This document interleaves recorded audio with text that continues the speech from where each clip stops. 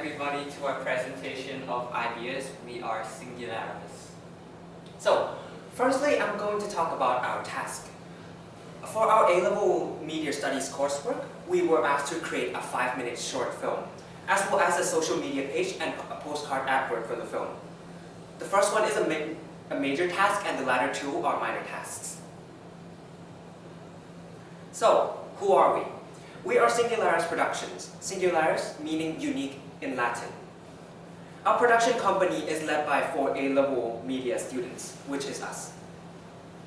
But enough about us as a collective group, let's talk about us individually. My name is David. You can see I will be the director, an actor, a scriptwriter, the research reporter, choreographer, and also the editor for the film. Some of these roles we do share between us. All of us will be editors in our own way, we'll all be research reporting in our own ways. So some of us we do share in our roles. More specific to me, I'm director, so I give the direction to the actors and also the editors from time to time. As a scriptwriter, I write the script, so that gives the overall guidelines for how the film will be done, guidelines for the actors as well on set. And also be the choreographer, so I'll be working with the actors in order to sort of choreograph the moves, because we are doing an action film, which does require choreography for it to look smooth and to look well made. So, hi, my name is Mark. My roles in this project include the lead artist and the storyboard artist, which is unique to me. This means I am responsible for producing a sequence of illustrations to visualize the story. I will also be responsible for the risk assessment as well as the budget planning. By having this role, it is my responsibility to identify, assess, and try to minimize risks. Furthermore, I will also assist with editing and doing the reads report. Hi, my name is Patrick, and my roles and responsibility in our production group is that I'm a gaffer, the props master, casting director, producer, production scheduler, reads reporter, and location scouter. So being the gaffer means that I'm the chief electrician and in charge of the lighting, making sure that the lighting looks okay in each of the scenes.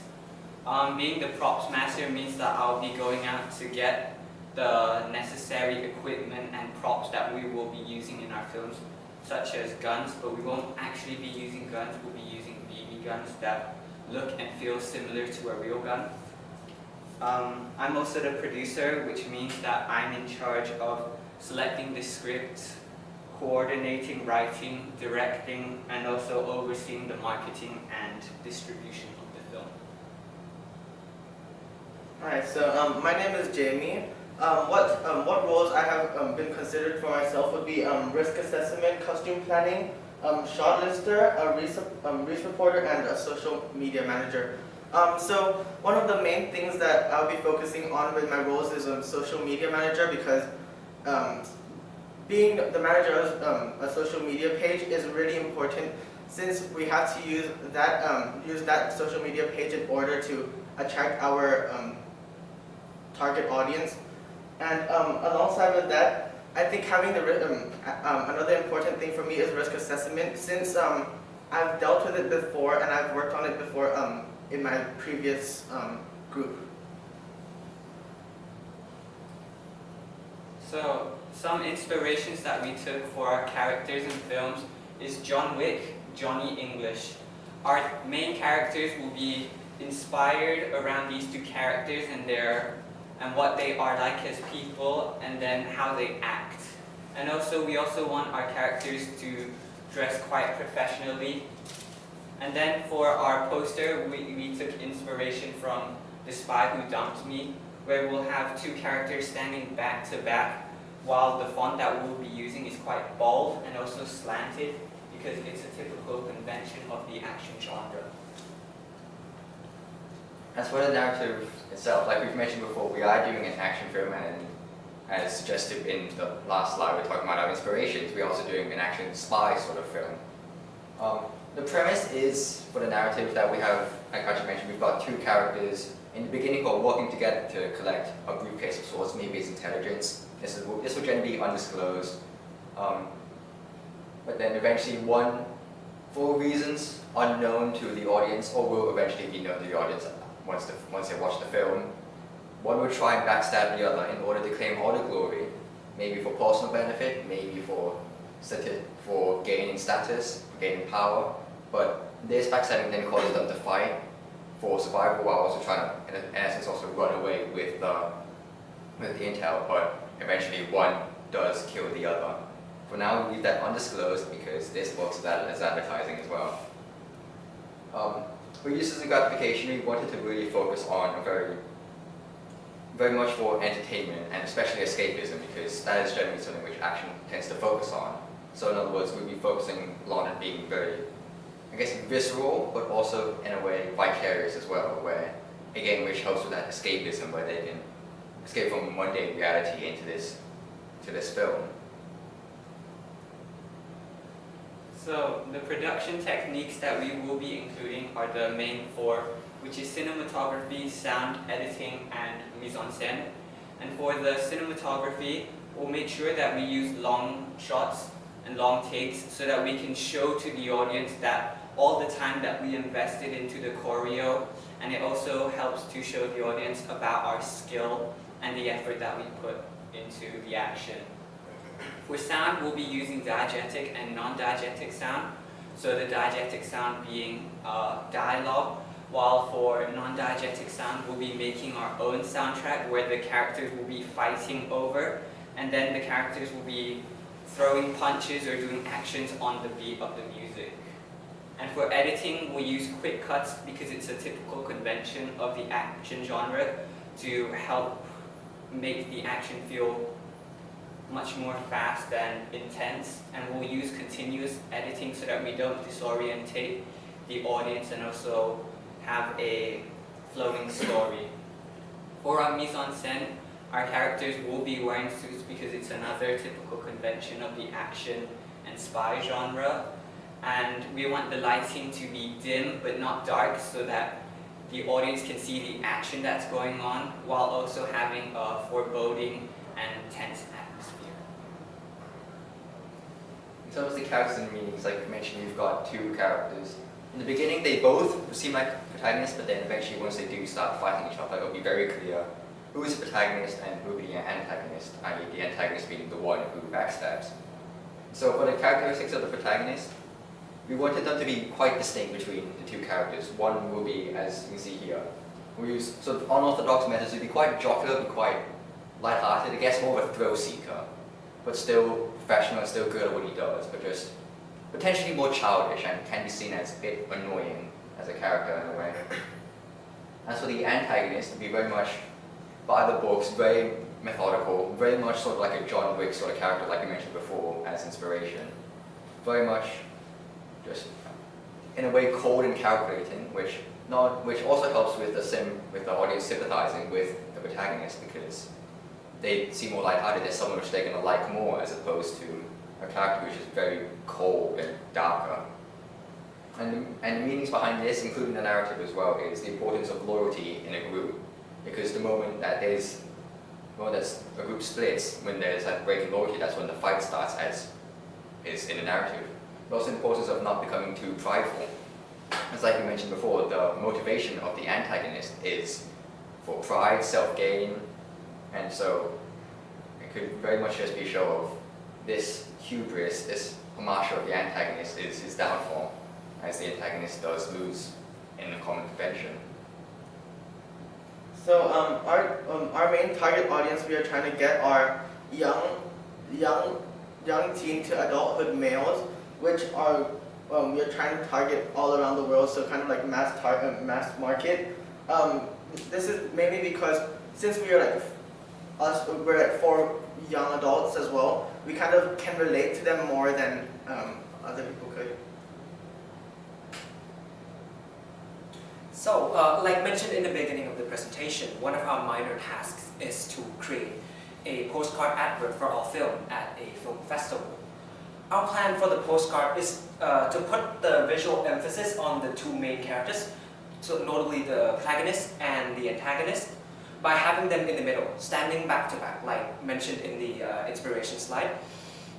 We also plan on limiting our color palette to more darker, muted colors such as black, gray, navy blue, and then white. This matches with the conventions of the action film posters we have researched and taken inspiration from, such as John Wick.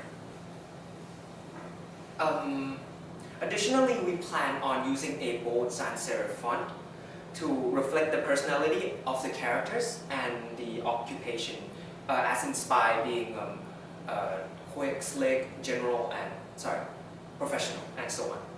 However, this idea is not yet finalized, and we plan on making adjustments to it.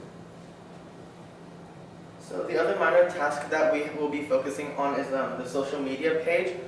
So we have chosen to do our social media page on Instagram since that's what most people use nowadays. So here's an example of a social media page that we may consider using. Since, as you can see over here, it shows like all the recent posts and also posts which kind of interact with the audience. This way it will capture the audience's view in order for us to actually get them focusing onto our film. What will I be focusing on since I'm the social media manager is kind of updating the audience and also including some of this bit here, the description, which describes when we'll be which day we will be posting our film and like the timings. And what these are over here are these small stories which we can use in order to show our behind the scenes project. So, for example, if we're filming in town, we could use that in order to film what's happening there and how we're using it. Okay, well done, everyone. Okay, questions, Shifa? Do you have like any inspiration for like your social media page? Or, like, So right now, we got inspiration such as John Wick and one of this short film movie social media, which is called Do No Harm. Since they both have a limiting amount of colors on their posts, which we could include in our scene, since our film is more based on like dull colors, which tries to attract the audience onto looking at the characters. Additionally, we chose to use John Wick's Instagram page as an inspiration because the film is also kind of in the same genre, the action spy genre, which we thought it was appropriate. Okay, good. So have you thought about casting yet? We've touched upon casting. Right now we're just sort of looking at potential people. At some point, once we have enough of a list to know who we could approach, then we'll start approaching them and ask them what they'd like to do. And because this is action, we will put them through live choreography to see if they really want to, because with action choreography and with how much effort we're all willing to put in, we want to make sure that they're willing to put in the same amount of effort with rehearsal times, choreography and all that. And how do you plan to do the choreography? We're planning on sort of once we find the people, we'll all come together. We'll figure out, okay, maybe we'll find scenes which we like. We'll take inspiration from them. Maybe add our own sort of bits to it. Maybe once we see the location as well, because one thing which I think we all can agree on in terms of action is if it incorporates the environment as well, it becomes much more immersive. And so once we know for certain the environment we're going to be shooting in, then we can bring all that together and form choreography around all that. And what's the main location? Do you have a main location in mind? What's the main location? We're planning on some kind of potentially abandoned building, because that provides sort of an enclosed space. It does give us reason to have props and also an enclosed environment where there's that restricted feeling of this is fight or flight, and because you can't fly, you have to fight. You might potentially bring it outside as well for more natural lighting. And it depends on just the environment as well, because if there's nowhere we can bring it outside, then there's not much we can do. And do you have some ideas about how to shoot and edit the fight scenes, the fight moves? As Patrick mentioned, we'd like to have long takes as well as short takes, because with the long takes it does show off the choreography. It really does show the amount of effort, as Patrick has mentioned, how much effort we've all put into this. So the camera flowing with the motion of the fight, so going back and forth, still keeping the 180-degree rule, just because it doesn't disorientate and confuse the audience. But also moments of a lot quicker cutting where really shows that pace and speed. Where potentially, if we do something which is a bit difficult, we can cut it up into smaller pieces and still do the choreography without using up the same amount of time as doing it in a long take. Okay, good. Well done.